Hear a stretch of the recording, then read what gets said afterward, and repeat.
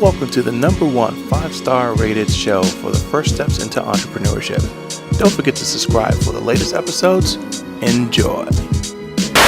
You're listening to WERALP Arlington 96.7 FM.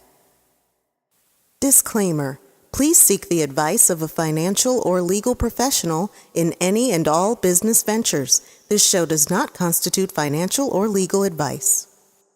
And now, the show that helps you go from wannapreneur to entrepreneur. The Swift Kick Show with Timothy D. Craggett. Entrepreneurial tips and advice with a kick. Here's Tim.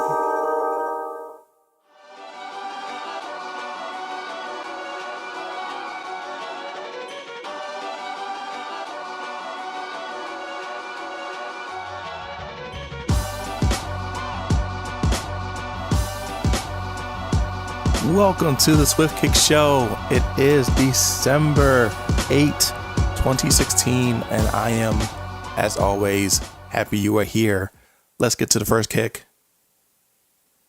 So, one of the things that's been puzzling for a lot of people is whenever they get online, or even if they start a little business in their home, what do I do? How do I do this whole structure thing? What is this structure thing?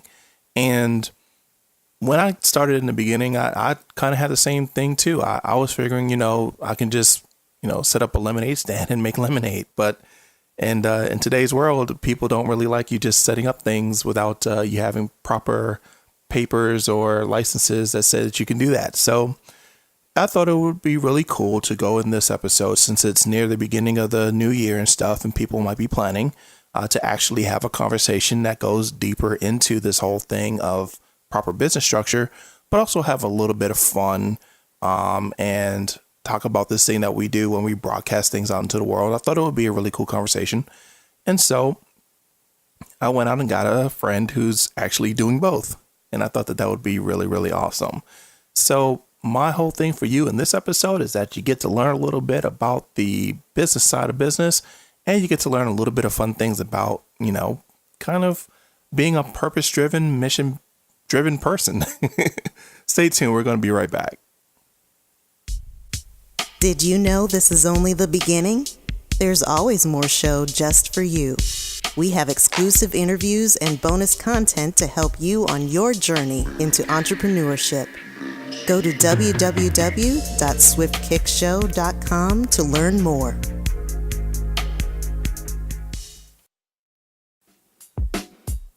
And welcome back to the Swift Kick Show here on WERA 96.7 FM. And I am super excited to bring on my next guest. So let me tell you a little bit about who he is, and let's go ahead and get started. So my guest here has actually been practicing law in Franklin County, North Carolina, and the surrounding area since 2001, and even did 2 years in the beginning of his career at the DA's office, and then started his own practice in 2003. Now, currently, he's the host of the Live Free and Die Grinding podcast, specializing in helping everyday people structure their businesses with a firm foundation. Now, in my line of work, we have experts that actually help people get their businesses started. But how many times do you actually have a lawyer help you get your business started? And that's what they're doing in this podcast. He's a husband, a father, attorney, entrepreneur, and a freedom fighter. And I get the honor of saying that he is one of my really great friends. Ladies and gentlemen, I'd like to bring on my friend, Thomas Clifton. Thomas, how you doing, bud? Doing pretty good, Tim, man. That sounds exciting. It sounds more exciting than it was to actually live through it. Just excited about being on the show, man. Thanks for having me. Hey, thank you for being on. Now, I just want to start this out. I just want to throw this out there because you're a Carolina dude, and I'm up here in the DC metro area. Are you affiliated to any of this thing with this triangle that we keep hearing about, this mystical, magical triangle? Are you a part of any of this? I've lived through it. I've lived around it. I know all about it. So I guess you could say by association, I'm affiliated with it. Cool. So let's actually get started in this thing. So we had the really distinct honor of meeting each other at Warrior event in Raleigh, North Carolina, the weekend of September 17th. And since then, pretty much it's just been like this synergy that's happened. But one of the things that really struck out for me was your movement from the law side of things to the internet business world and being a conduit for people trying to do something similar to that. So let's start in the beginning. So let's go back to somewhere around 2001 and just figure out who this person is, and then we can just move into the really good stuff. 2001, I had finished up law school and, like I said, moved my family back to Franklin County, North Carolina, a little rural area. Mm-hmm. When I came back to Franklin County, there were no black attorneys in the area, actually in the county. So I was kind of a novelty. And to be honest, I actually started a law practice right out of law school from scratch by myself. I did that for about 8 months. It was really scary. I was an entrepreneur from the very beginning. Right. And the people took notice of me and they took pity on me. The DAs actually offered me a job. But I would get up, I'd come in early. They would watch me. I'd be there early. I'd stay late. I'd come in and fight on the little raggedy cases I had because nobody's going to hire a green lawyer. Right. Court-appointed client I had, we were trying to fill out some paperwork, and he asked me, he said, "Man, do you know what you're doing?" I said, "No, I just started." And he was like, "Oh, Lord, I got a green lawyer." But in any event, that kind of my tenacity ended up being, presenting itself in the form of a job with the state. Mm-hmm. And I didn't want to take it, but some mentors got together and they told me it'll be good for your practice and it'll be good for the community to see you in that position. And I went into the DA's office with the idea in mind, no lie, that I was going to go in there and steal every bit of the information that I could steal from them, lock it away in my mind. And when I came back out, I was going to turn around and stick it to the man for the rest of my life. That was the plan. And since then, it's been this mission of being the entrepreneur side of the law world, but also trying to show people, from all your experience of how things are done and how they could be done a bit better when you're starting out. Is that right? That's exactly right. Very cool. One of the first things that I learned, and this came while I was in the DA's office. When you're in law school, you learn theory. And I took a class called Business Associations, and I learned generally about corporations and partnerships and things like that. Mm-hmm. But when I got out, what I took notice of in my area is that the attorneys, for the most part, were some of the most wealthy people in the area. Right. They all of the attorneys in this area are entrepreneurs for the most part. Right. They have the law practices that generate cash, the cash business, so to say. Of course, they take credit card checks and all that, but that's their cash flow. Of course. They take that money and invest in real estate. They invest in the stock market. Some of them own everything from convenience stores to laundromats. And I noticed that they were all kind of into different things. Some of them own farms. And so I would ask a lot of questions. And what I did was kind of leverage my position as an assistant DA. I was the new DA. And if somebody needed help with something, they'd come over and see me. Well, my door was always open. I was always willing to listen to what they had to say. And if I could help them, I would. Right. So in return, they'd buddy up next to me and let me pick their brains. So that education, what I found was they always use some structure to protect themselves, limited liability. Right. That's the first thing I talk to with any entrepreneurs, that the number one thing you want to do is limit your liability in any business venture that you go into. And the day and age that we live in, limited liability companies are accessible in pretty much in every state and every province. Right.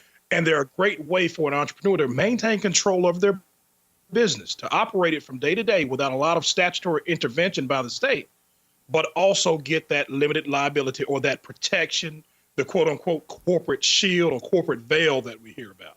Right. So let's actually go into what a limited liability corporation or an LLC is, because it's for us, it's common knowledge. But for anyone that's kind of just, I guess I'll use the word green, since you use that green. I like that. Will you use green?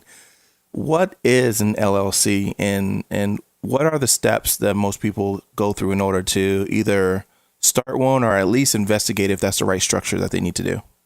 An LLC is essentially an entity, or the creation of an entity. It's a limited liability company. Mm-hmm. And the elements of it are just as it sounds, limited liability. You're able to set up that entity to protect you or to separate yourself personally from the actions or the missteps or mistakes of your business. It's designed to help you protect your personal assets.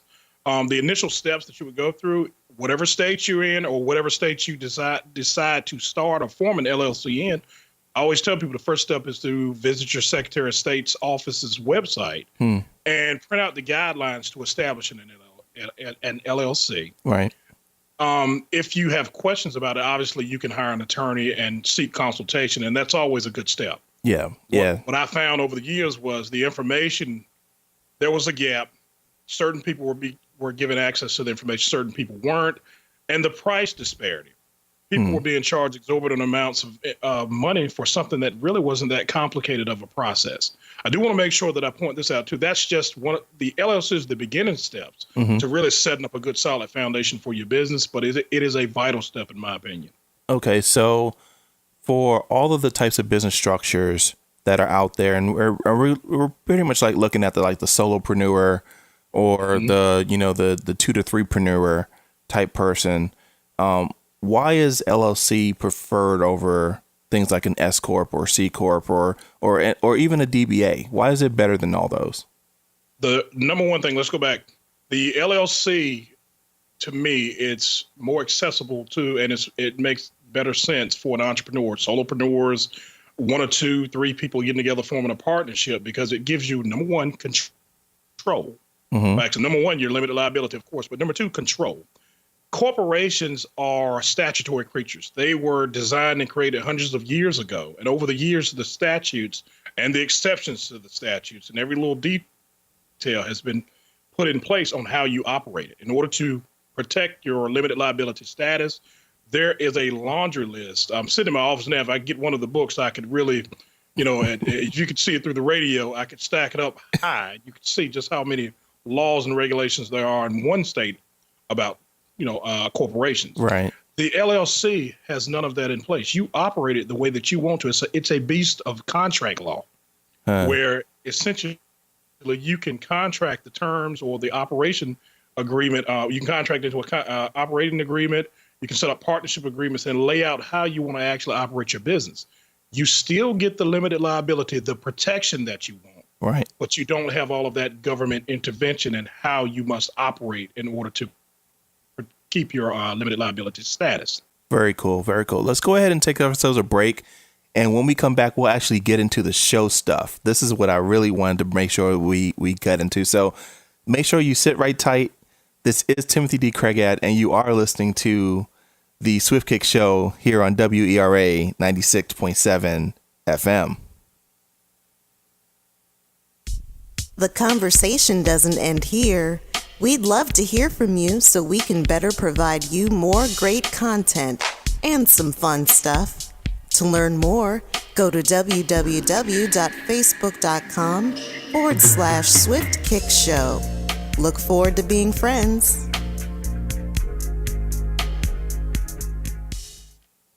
Welcome back to the show. Timothy D. Craigat, Swift Kick Show, WERA, and my good friend Thomas Clifton is with me.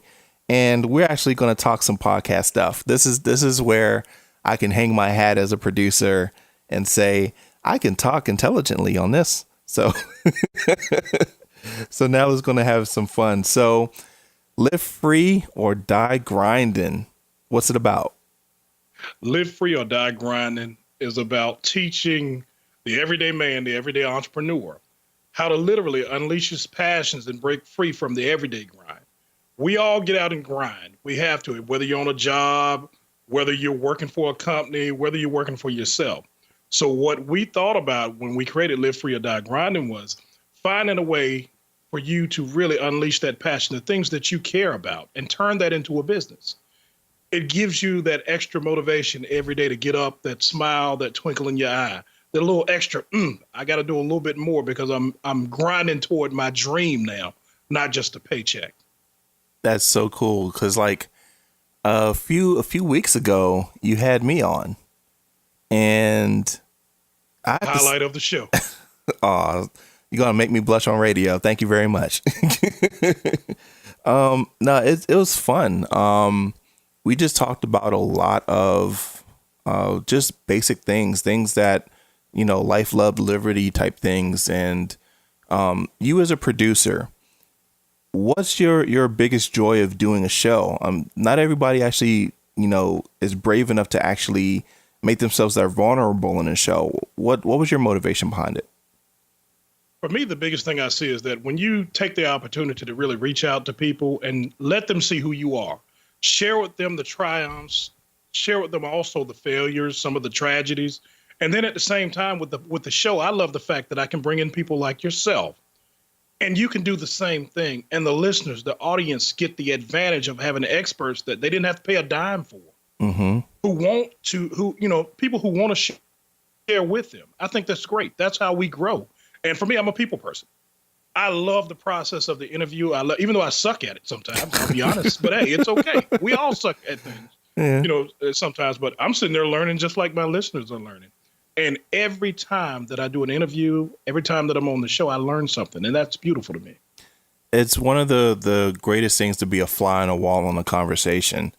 And I remember when we met in Raleigh, and it was just one of those things where you just don't know where a conversation is going to go. And the beautiful thing about doing a show, especially a podcast, is you get to have that magic happen sometimes once a month, sometimes once a week, sometimes every day, depending on the frequency of your show. And I totally agree with you as far as the learning part. That's part of the reason why I love the Swift Kick show.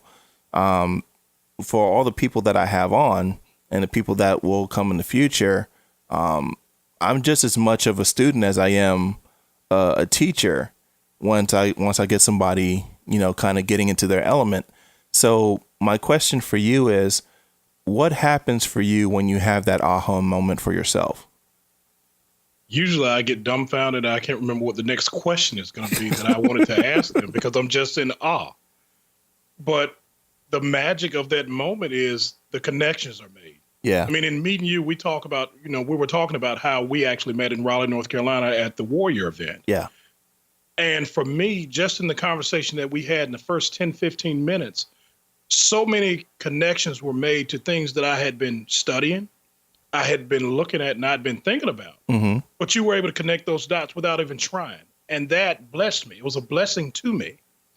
And so I think that's how we actually interact more so than anything else as human beings. We learn from each other. Mm-hmm. I mean, think about it, as a child, you don't go on the computer or on the TV and learn. You learn from your parents just watching and seeing. Exactly. There's an interaction and exchange. And that's the beautiful thing about the podcast. It's good old-fashioned dialogue. And talking about just good old-fashioned dialogue, what was your learning curve for going into taking conversation that's offline and putting it into an online vehicle like podcasting? You mean, what is my learning curve? I'm still learning. Even before this show, and I'll let your audience, your listeners know, even before this show, you were teaching me things. And for me, that I don't mind saying that, because I've always been the type of person where I've looked up and found mentors. I think they're all around you in life waiting to teach and share. And you just got to ask for them. Yeah. Yeah, you just got to ask. And so for me, it's like I told you at the event, I was like, look, I've latched on to you as a mentor, whether you like it or not. You're stuck with it. That's true. Should have never befriended me if you didn't want me as a mentee. Good or bad, you got it. That was totally my fault, but it's okay. It's been good so far. It's been rewarding. So let's talk about technical stuff. So what's your top 2 or 3 pieces of equipment that you use when you're actually producing your show? My laptop, which I'm still using a Windows PC-based laptop. It's okay. Tech guys. It's okay. Even my partner's getting on me about not having a Mac at this point. I use obviously the microphone. Right now I'm using an Audio Technica. I think it's called an ATR 2100. Mm-hmm.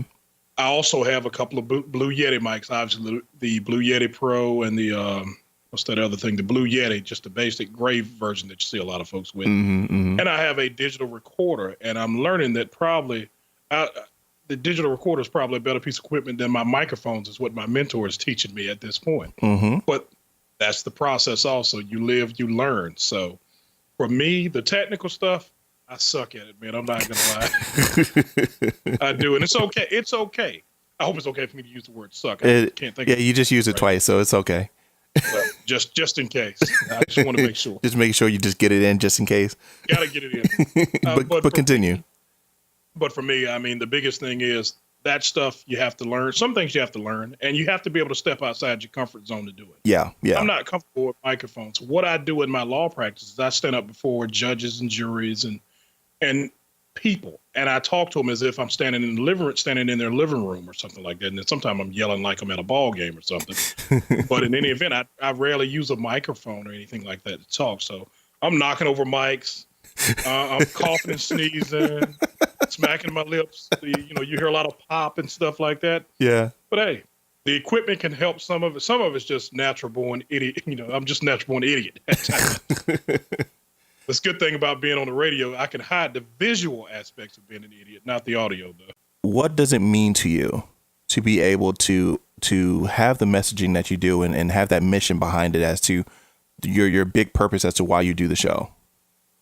The biggest thing that I realized was that this is something that I've been doing all of my life, all of my career. Mm-hmm.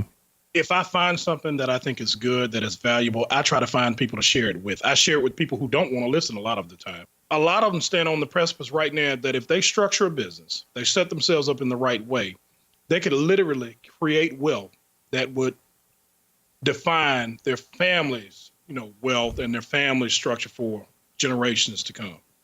Cool. So just so you know, audience, there's a lot more content that we're going to have. And of course, with every episode, you probably know by now, you can go to iTunes and Stitcher to actually hear the rest of the conversation. But we'll end up on this. So for your experience thus far and the forward movement that you see with your show, what is your ultimate goal that you want to achieve with Live Free or Die Grinding? My ultimate goal with Live Free or Die Grinding is to expand my audience.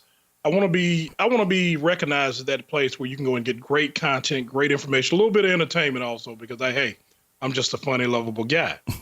But in any event, I want to be in a position where I can say, look, this entrepreneur came on my show before he was the great big name that's up in lights right now. This entrepreneur came and we shared. I want to see people connect through the show. I want to connect with them. I want to foster business, and I want to make sure that we're reaching out to those who may not get the opportunities sometimes to get the information. I want to bring them to the table. That's the ultimate goal. Very cool. Very cool. So I want to thank you, Tom, for coming on the show. Dude, I'm going to have you back on later on. But it's been a pleasure to have you. It's been a pleasure to meet you. It's a pleasure to know you. And again, just thank you for being on the Swift Kick Show. I appreciate you. I appreciate you having me on. You've been a great friend and a mentor since the day that we met. And I just hope that this show doesn't bring your ratings down too much. With that, we'll go ahead and take ourselves a really quick break. You're listening to the Swift Kick Show with Timothy D. Craighead on WERA. Shows like this need your help to continue broadcasting through radio for the Arlington, Virginia community and online. Donations from listeners like you help create great programming to enrich the mind and spirit. To help WERA 96.7 and its commitment to promote community-based radio, please go to www.wera.fm and click on the donate button. Every little bit counts, so please kick in a little. Again, go to www.wera.fm. And now, for more of the Swift Kick Show with Timothy D. Craighead. Now it's time for the last kick of the day.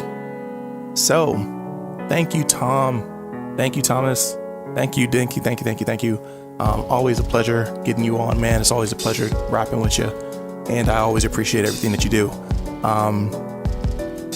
Realistically speaking, I see so many people that don't go and set themselves up for success. And these are one of the vital steps in setting yourself up for success. And we live in a country where we have so much ability, and all there are is just a couple of rules as to what we need to do to make sure we're doing it the right way. And setting up a business structure where it's something where you're actually able to do business and follow the rules is a good thing.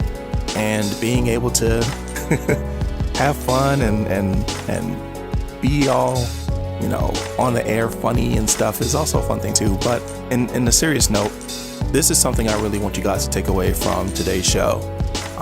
Yes, it's cool to get started and bootstrap and just test the waters of getting something out there in the world, but it is a really good thing to also set yourself up the right way, because there's so many external factors of people just getting caught up online and in the real world by not having a proper business structure. It could be as simple as a doing business as, it could be as complicated as a C Corp or an S Corp, but whatever's right for you, make sure you do your due diligence to figure that out. And I hope that this show helps you out to kind of figure out some things you could do.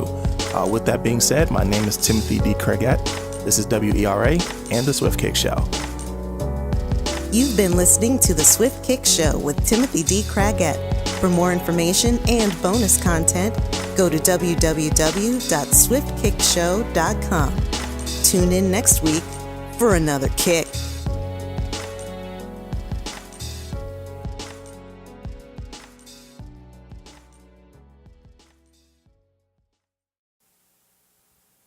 Welcome to the Extra here on the Swift Kick Show, exclusively on iTunes and Stitcher.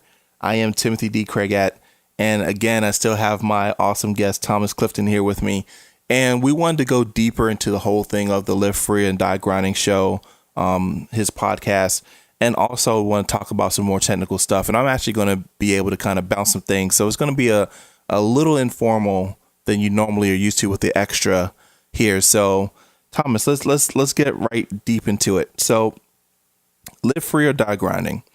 It's a show that's pretty much helping someone see the possibility of what they could do with their passion. Why was that your motivator for the show? Why was it passion based that made sense to you? Because it's personal. If you don't mind me sharing, I don't mind doing so. My story is not unlike most people out there. You shared your story with me about coming from the corporate world, coming from the government world. Exactly. Into really this whole arena of internet marketing and being an online personality with your podcast. And it's something that you have a passion for. It shows in your show. I had no idea I would end up doing a podcast, but I had literally dedicated my whole life to practicing law. And it's provided a great living for me and my family. But at the same time, there's a negative side to everything. And the downside to it was I literally sacrificed myself. I mean, people on the radio can't see me, but I'm sitting here 370 something pounds. And I didn't start off that way. Over the course of the years practicing law and just sacrificing, taking on the cases for my clients, I neglected myself. And there was a conversation I had with my mother probably about 5 years back now that really changed my life. It's always mama. Yeah. Mama's going to give it to you straight. And she did. She told me one day as I was going on and on about, the house we're about to move in and all the money I'm making and everything else, trying to impress her. She said, son, I'm worried about you. And I said, Mama, why? And she said, because I feel like you're not taking care of yourself. And I can tell that what you're doing is having a tremendous effect on you, and you don't see it yet. And I didn't really want to listen. We kind of went back and forth about it, and she told me, she said, son, God's got a bigger vision for you than you have for yourself. And I said, well, Mama, I don't want to be a judge or don't want to be the head DA or any elected official or anything like that. I like to cuss too much. I'm not trying to be a politician. She laughed, and she said, no, it's nothing like that. She said, you've always been a philanthropist at heart with your time, your energy, and your efforts. Right. You've always been one to mentor and share. And I don't see you doing as much of that anymore. That's what Mama, I'm fine. Everything's going fine. And to make a long story short, she was supposed to stop by the house like 2 weeks later. It was the day we were moving into our quote unquote dream home. I'm from a rural area. To be honest with you, up until that point, me and my wife, my family, my 4 kids at that point, we were living in a double wide trailer. Wow. I was working hard, making money, making law partners rich and, really taking care of staff, but I wasn't taking care of me and my family the way I should. And so my partnership had dissolved. I went out on my own, bought a building, and things were really going great as far as my practice expanding and growing. But that came at a price. Right. The price tag was my time. It was beginning to take up all of my time. I couldn't sleep. I was constantly worrying more about other people's problems than I was showing concern for my own health. And so we fast forward to that day that I'm moving into this dream house and everything else. And 6 o'clock rolls around. My mother's supposed to be there at 6, and the phone rings, and it's my sister. And I'm thinking they're out in the yard, and she told me that my mother had had a massive stroke, and that they were on the way to the hospital, but the doctor said that her brain was covered in blood. About 40% of her brain was covered in blood. When I got to the hospital, I saw my mother, 54 years old, on life support. Her eyes were open, but she wasn't there anymore. But here's a woman who gave birth to me at 16, gave birth to 10 children, raised countless more. She was the rock of our family, and all of a sudden she's gone. Right. And the only thing I could keep thinking about was her concern for me. I found out from my brother that the last words my mother uttered on this earth were, "Tell my children I love them." Tim, that hit me. And I'm like, man, if it were me, if I died right now, what would I say? Right. It would probably go something like this: Lord, no, please, Lord, help me. Lord, no, give me a little bit more time. Right. I've missed so much. I haven't lived yet. That's what started it. And I'm sitting here going through the process, and I'm looking at, I'm out here grinding every day. That was always my thing. The word grindin, I spell it Grindin with an apostrophe, because my grandmother, who was my hero, she didn't have teeth, so she couldn't say grinding. She said, grinding, boy, grinding. So I'm out here grinding every day, but at what cost? Right. And so I started searching. I wanted to find a way, what is it that I really need to do? I started questioning. And it took me to a place I didn't think I would go. I realized something. I don't love the practice of law. I love helping people. And I started thinking about the things that I do to help people. And what I enjoy the most, it was mentoring, sharing. And so as I started to delve into the online marketing, internet marketing world, I don't know how I did it, but I came across podcasting. I had rarely listened to anybody's podcast. Right. I happened to listen to a podcast, and it just inspired me. And I told my wife, I said, I think I want to try my hand at podcasting. And as my wife, Frida, as she always does, she said, baby, you can do anything you set your mind to. Now go ahead on, do it, but don't bother me right now. And I started looking into doing it, and I talked with my business partners, and they were like, yeah, Tom, we think you'll be okay at doing it. Yeah. And the rest has been history. I started researching, and all of a sudden, something I hadn't felt in years, and my mother could see this, that type of passion where I couldn't wait to get to the computer, to research what type of microphone to get, to listen to other people's podcasts. That's when I really started listening. And I saw it for what it was. I didn't see it as just some hobby or something like that. Here's this great medium where people are sharing ideas. They're exchanging ideas freely. That amazed me. You've got experts that are getting on the mic, that are getting on the shows, and they're sharing with people. Right. I had to be a part of it, man. I had to be. That's an amazing story. And just so everyone that's listening hears this, total transparency, I've heard this story before from Thomas, and still it grabs me because it's not about the frequency of hearing the story that makes its impact for me. It's the passion in what he's saying that gives me room for pause, and it brings me to a point of kind of sadness and joy, because I totally understand it. And like for me, for my whole thing with my grandmother, which I think most of you have heard by now that she's a big inspiration to what I do. Hearing someone else's family story that goes into their passion in their business resonates with me on such a deep level that it's just one of those things that just it's a beautiful thing. And to find some type of vehicle through an emotional experience only makes you stronger, and that's why I really admire what you do and how you do it. And kind of going deeper into the whole thing of moving into your passion and having a vehicle to fulfill that with purpose behind it. What has the journey been like for you so far? Mind blowing, absolutely overwhelming. When I met you at the event, we were in Raleigh at that Warrior event, and I told you, I said you were the first person I met when I came in, and what really blew my mind was just how warm you were, how inviting. It was almost like one of those things like, hey, here I am, I'm a freshman in high school again. Here's this senior that's going to take me around and introduce me to everybody. You don't get that often. Right. And not in my line of work, I'll put it to you.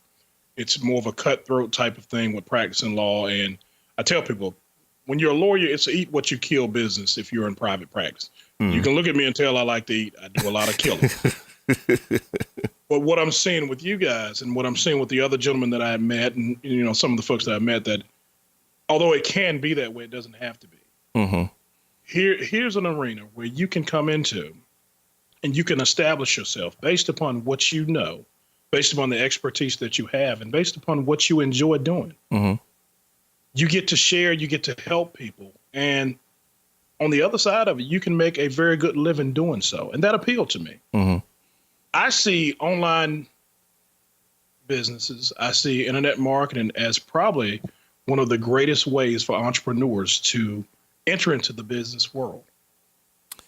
It's funny you say that, and I think I shared this with you when we first met, that internet marketing, information marketing, IM, as we affectionately call it, is one of those types of animals where it's a scavenger and it's always looking for fresh meat.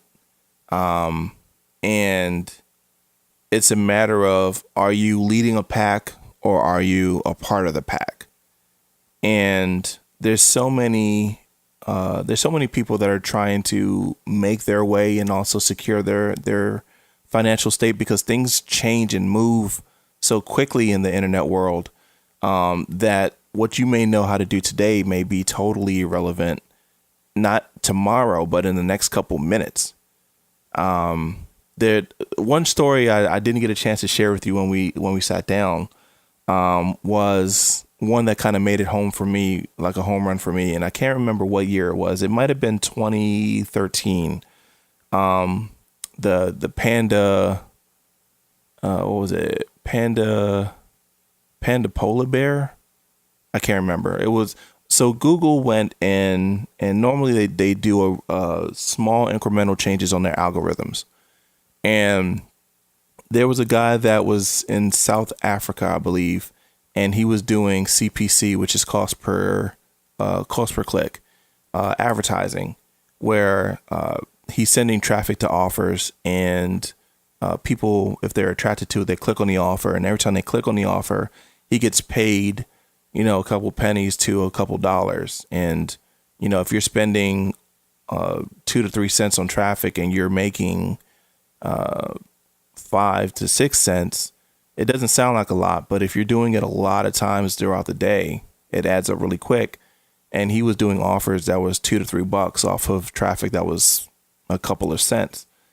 Well, they did this rollout for this update. I wish I could remember what it is. Look it up on Google, guys. It's like Panda something, and Panda Penguin. That's it, Panda Penguin. And the Panda Penguin rollout totally killed his business in seconds. He went from doing thousands and thousands of dollars of CPC a day. I'm sorry, CPA a day, to being totally broke and lost all of his money, lost everything from this rollout.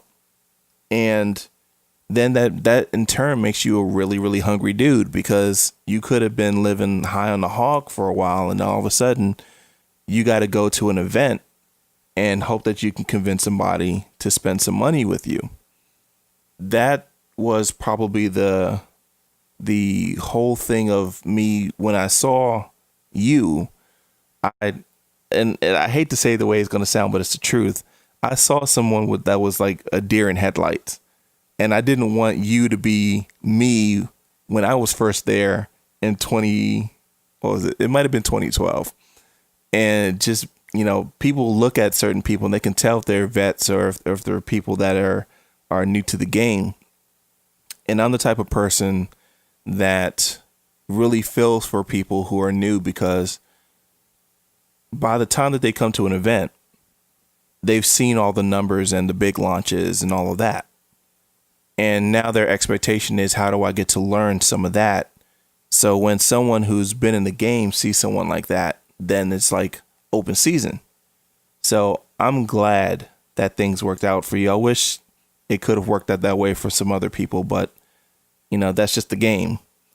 And what I want to say for the audience and stuff, if you ever get into internet marketing and all of that, just be mindful that you will get pitched. Now, from your experience, you were pitched during the weekend, weren't you? Constantly. and I do want to say this. That's the beautiful part about it for me, is that here's how I approach every business and everything that I do. Number one, I pray. And in coming in, I knew nobody. I knew no one at that event. I actually came to the event because my business partner suggested that I do so. Mm-hmm. My two business partners have been in internet marketing and have been studying the internet marketing for years. I hadn't. But I trust them enough to, whereas if they say, you need to try this, I'll try it. Mm-hmm. But for me, the way I operate my business is this. Every Monday, we start back over at zero. I don't care what I made the week before. It's always at zero. So coming from a poor background, and trust me, I come from one of the poorest backgrounds you could ever imagine. Mm. We were taught how to pinch every penny, how to fold every food stamp, and spend the crease if you have to. I like that. So I don't part with my money very easily. I love hearing pitches. That's the beautiful thing, because I can watch someone when they pitch and I can tell what type of salesman they are. Yeah. I can tell whether or not they're genuine. And there was a particular gentleman pitching me when you first walked up. And that was the beautiful thing about it also. And I think you saw the same thing that I saw. Yeah. And I don't mind sharing. I'll tell people in a minute when I don't know something, just to see the reaction that it invokes in them. And that gentleman was salivating. Yeah. When I told him that. And then you came along. And that told me a lot about you also. The whole way you approached me and the whole way that we kind of connected. And it was an answer to a prayer. The beautiful thing about the podcast, the beautiful thing about this show is you're sharing that story. We're sharing this moment, and somebody's going to learn from that. Exactly. You saw a problem, you experienced something, and you used what you've learned to prevent that from happening to at least me. Now I have a duty to share it with everybody that I can share that experience with, try to do the same. Exactly. And that's the beautiful thing about all of this, is that there comes a responsibility where you got to pay it forward. And the great thing about having a medium where we're doing podcasting is that you don't know if you're going to have 1 million listeners. You don't know if you're going to have 1,000 listeners. I think I've got 2. You don't know if and when your 2 listeners hear it, but you know that if at least one person hears it and you make a difference in their life, you've done your job. It's the only thing that matters. Yeah. And that's an amazing feeling to know.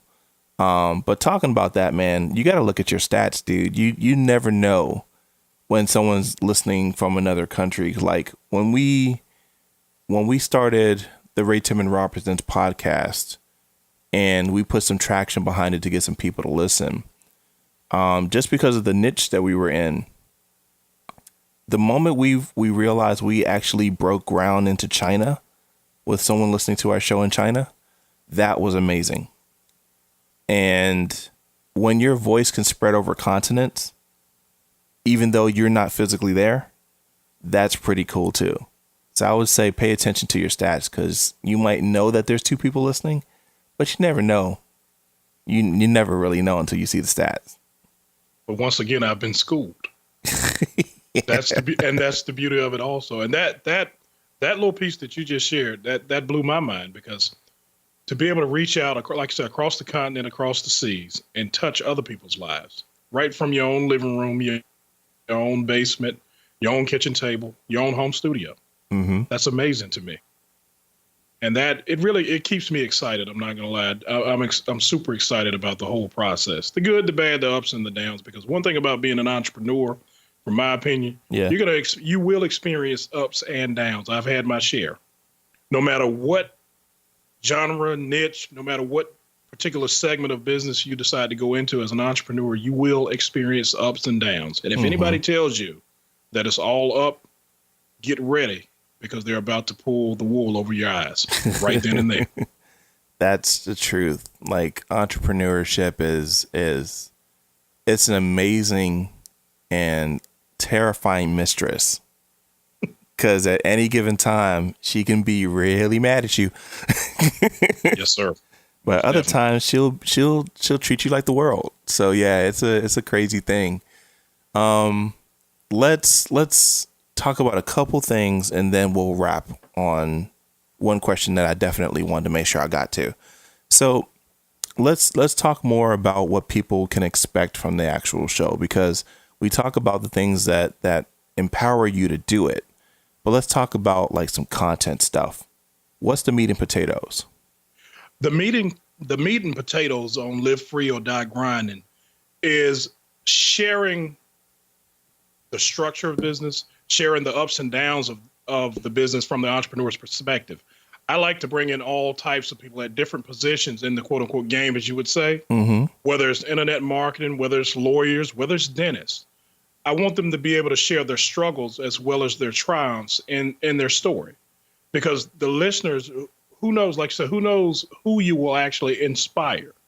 And I would like to paint the most realistic picture that I could help paint of the process, the journey, the course. I want them to be able to get nuggets of wisdom, but I also wanted to, if I could take a paintbrush of reality, just like you just did, and color the whole screen for internet marketers or for janitors, whatever the case may be, so that the audience, the listener, can get a better perspective on, all right, this is what it's really like.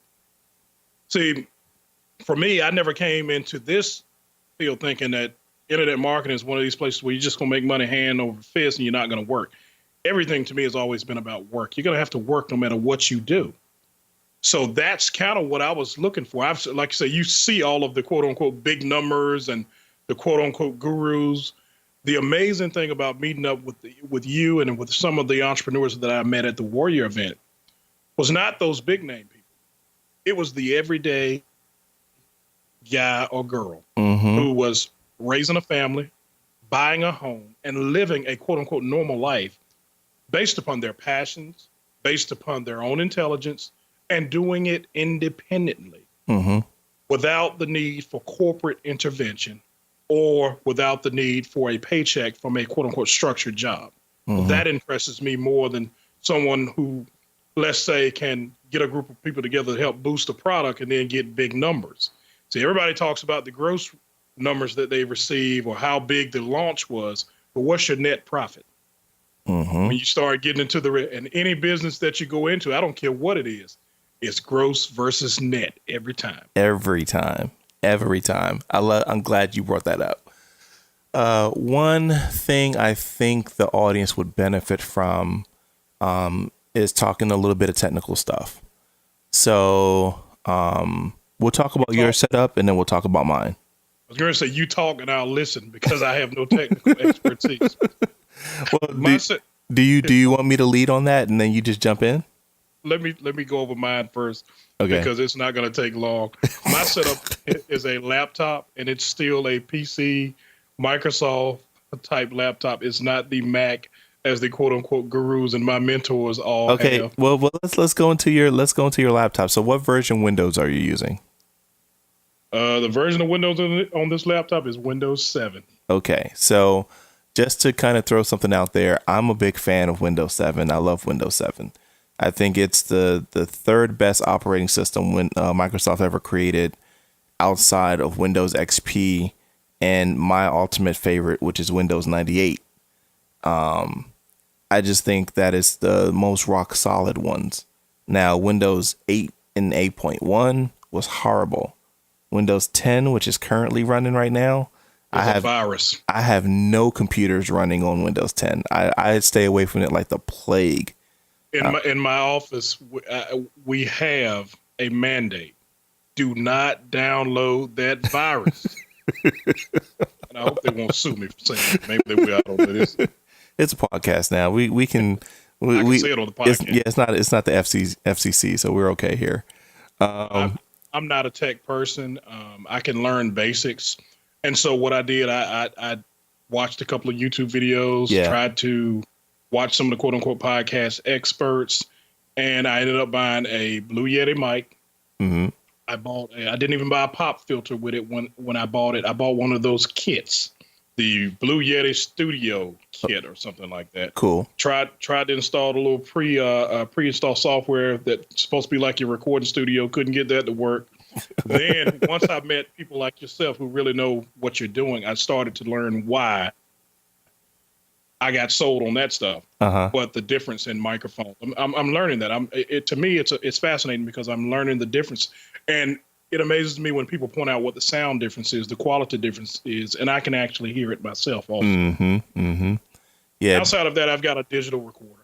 What recorder are you using? The Tascam. How do you like it? I'm learning it. I'm learning it. That didn't answer the question at all. I think that was the smartest move that I made because it allows me to record my podcast outside of software on a computer. Yes. And that gives me a backup plan. And people like myself, I need a backup plan. I'm prone to screw something up. I'll mess something up there. So that it's almost foolproof. It's all good.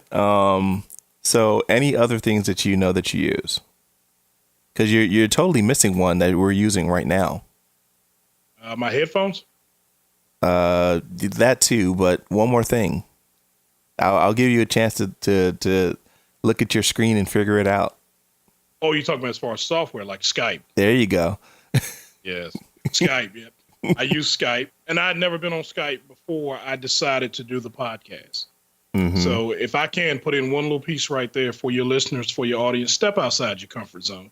If you can't tell right now, I am totally uncomfortable doing this whole thing. I'm not used to people interviewing me. I'm used to putting people on the witness stand and grilling them. And Tim has me sweating.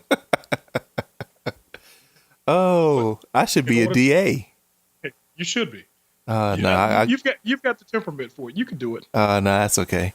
You ask very good questions, but you have to step outside your comfort zone in order to learn and then seek mentors. So I've been blessed. I took a leap of faith, stepped out of my comfort zone, and God blessed me with you as a mentor. Mm-hmm. So from here on out, now your audience will know if my podcast sucks, it's your fault. Hey, I am not. I am not claiming that. All right, so I'll go through my studio. I'm not going to go through every. This is how the professionals do it. I'm not going to go through every single piece, but I'll go through the pieces that matter. So, the most important pieces I would say for any studio, is the recorder that you use. Because it's better to record to a device than it is to your computer. Your computer could shut down, but your recorder is independent. And the recorders that I use two different ones. I use the Roland RO5, which is my workhorse. I use that for everything. And I use a Zoom H5, which is really good. It's a bit more complicated. It's more of a studio in a box type recorder. But my Roland, I can just plug right into it and get going. So by far, I recommend the Roland RO5 to every single person. As a matter of fact, in my membership, I recommend that one above all. For my mics, I'm a fan of Blue as well. I love Blue. I started on a Blue Snowball, which is a USB condenser microphone.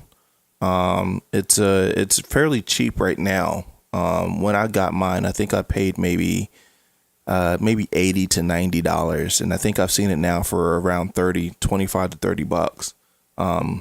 The Yeti now is kind of taking the spot of the Snowball, but I love the Snowball, especially when you're in a room and you set it to omnidirectional. So it just gets the whole room, and the pickup on it is really great. I'm not going to get really technical about range and all that.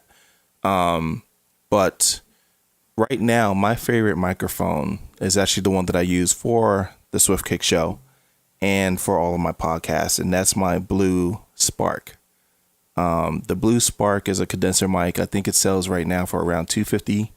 And the body on it is just amazing. The pickup and the warmth in the mic, it just sounds great, and it's better than most $500 and $1,000 microphones that's on the marketplace.